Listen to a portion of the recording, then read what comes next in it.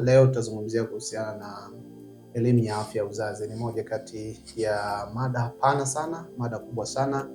Hili limekuwa ni janga kwa jamii yetu, kwa maana ya kwamba yapo mengi ambayo yanatendeka katika familia zetu. Afisa, karibu sana. Asante sana. Pengine tuanze na kujua elimu ya afya ya uzazi ni nini na tujue hasa kwa kina. Asante sana. Tunapozungumzia definitely juu ya swala la afya ya uzazi, kuna maswali ambayo lazima tujiulize.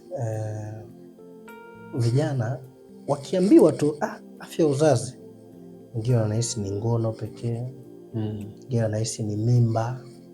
Ona, yani ndio hicho kitu ambacho wanajifikiria.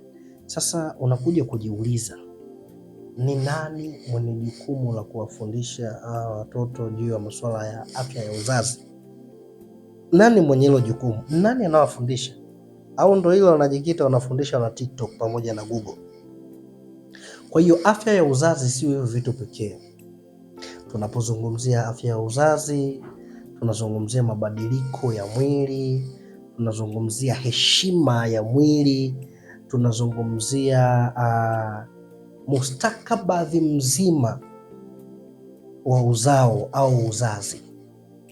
Ndio maana halisi ya afya ya uzazi. Ina comprise kila kitu.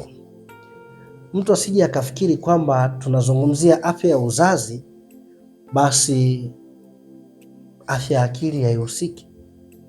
Well-being ya mwili, well-being ya akili, na afya ya uzazi inahusika pale.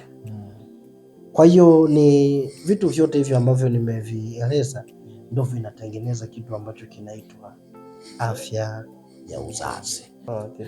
Pengine tupate picha halisi kuhusiana na mitaala yenyewe, jinsi ambavyo watu wanafundishwa. Ni biology tu peke yake au kuna namna nyingine ambayo vijana wanasaidiwa kuweza kufikia engo ya kuweza kujitambua kuhusiana na masuala ya afya ya uzazi? Afisa, karibu sana. Asante. Hivi vitu vimekuwa vikifundishwa toka ngazi ya chini, toka primary, ni shule za msingi, ila changamoto tu inayokuja ni kwamba watu huwa hawatilii maanani vile vitu kwa kuhisi kwamba pengine havina umuhimu sana, au kwa wakati huo wanafikiri labda wanafundishwa vitu ambavyo viko beyond measure, yani wanafundishwa vitu ambavyo vimewazidi ukubwa. Ndio maana utakuta wanafunzi wa shule za msingi wanafundishwa hivyo vitu, topic ya reproduction wanacheka, hawatilii maanani, lakini ndo hao baadaye unakuta wanahangaika, mtu ajui wanahangaika kutafuta mtoto, au pengine unakuta mwanamke ndo hivyo asa mimi sijuagi siku zangu, sijui hata kuhesabu, sijui hata kalenda yangu mimi ikoje, mimi huwa inashtukia tu nimeingia katika siku zangu, mpaka inawapelekea watu wengine yuko katika muhadhara tu wa kawaida, ghafla ameanza damu zimeanza kubleed. Sasa ni vitu ambavyo pengine hawavifuatilii au hawaoni umuhimu wake. Matokeo yake sasa ndo wanatokea content creators wengi ambao wanafundisha masuala ya afya ya uzazi. Nakubaliana nao kwamba sio kitu kibaya, ni kitu kizuri, lakini yani sijui kama they have license kwa ajili ya kufundisha hivyo vitu. Kila mmoja anakuja na research yake tofauti. Sasa hatujui kwamba unakuta huyu anafundisha, huyu anapotosha.